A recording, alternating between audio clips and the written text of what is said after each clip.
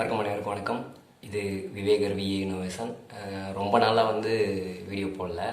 அது இன்வெர்டர் வாங்க போகிறீங்களா அப்படிங்கிற ஒரு சீரீஸ் ஸ்டார்ட் பண்ணேன். இடையில கொஞ்ச நாள் முக்கியமான வேலை, அதனால் வீடியோ போட முடியல. இன்றைக்கி டிஃப்ரெண்ட்டாக நம்ம கான்செப்ட்லேருந்து ஒரு வீடியோ. அது குக்கிங், ஏன்னா இன்னோவேட்டிவ் குக்கிங். 3 தோசை, சட்னி. இது பேச்சுலர் ஸ்பெஷலாக இருக்கும் அப்படின்னு நான் நினைக்கிறேன். என்னென்னு கேட்டிங்கன்னா, நம்ம மிக்ஸி கிடையாது, கிரைண்டர் கிடையாது. இந்த மாதிரி சுச்சுவேஷனில் பேச்சுலர் ஒரு தோசை சட்னி சாப்பிட்ணுன்னு ஆசைப்பட்டாங்க அப்படின்னா என்ன பண்ணுறது அப்படின்னு ஒரு ஐடியா.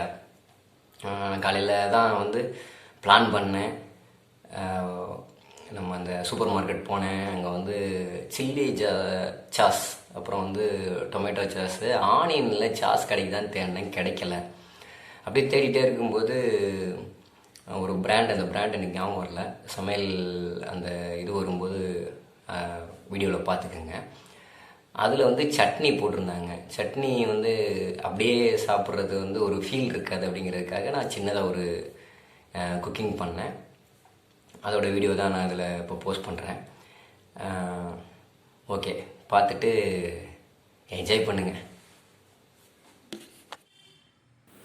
தேவையான பொருட்கள் தோசை மாவு. இது வீப்பா அப்படிங்கிற ஒரு பிராண்டில் சட்னியே போட்டிருந்தாங்க. நல்லெண்ணெய், வெங்காயம், கடுகு, உளுந்தம் பருப்பு, அவ்வளோதான். பேச்சுலர் ஸ்பெஷலுங்கிறதுனால சொல்கிறேன், பயன்படுத்த போகிற பாத்திரத்தை கொஞ்சம் கழுவிக்குங்கப்பா. ஆனியனை முடிஞ்ச வரைக்கும் நைஸாக கட் பண்ணிக்கோங்க. என்னால் அவ்வளோதான் முடியும். அப்புறம் எண்ணெயை காய வைங்க. மேக்ஸிமம் சிம்மில் வச்சுக்கோங்க, அப்போ தான் கருகாமல் இருக்கும். அப்புறம் காஞ்சதுக்கப்புறம் கடுகு போடுங்க. இந்த பொங்கி வருது, இன்னும் வெடிக்கலை. அப்புறம் உளுந்தம் பருப்பு சேர்த்துக்கோங்க.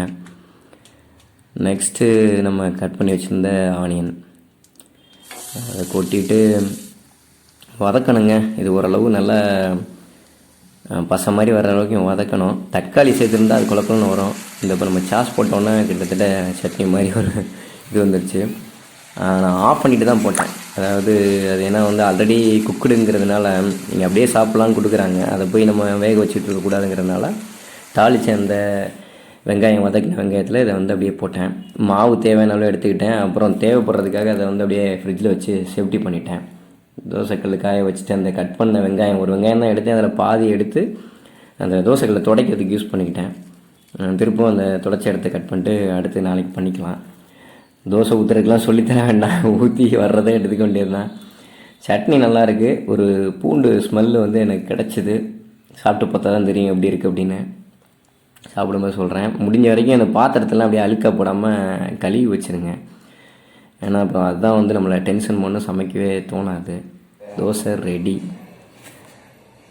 வதக்கிட்டு இந்த சட்னி ஊற்றினோன்னா இந்த பூண்டோட ஃப்ளேவர் வந்துச்சு. நான் எதிர்பார்க்கல. ஃபஸ்ட்டு இந்த ஹோட்டல்லாம் இந்த சாஸ்க்கான ஒரு கெமிக்கல் ஸ்மெல் வரும் பார்த்தீங்களா, அதுதான் வந்துச்சு.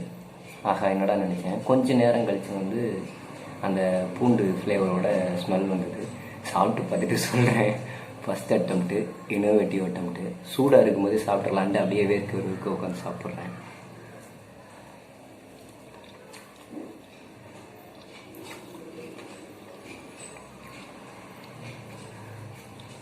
ஓகே,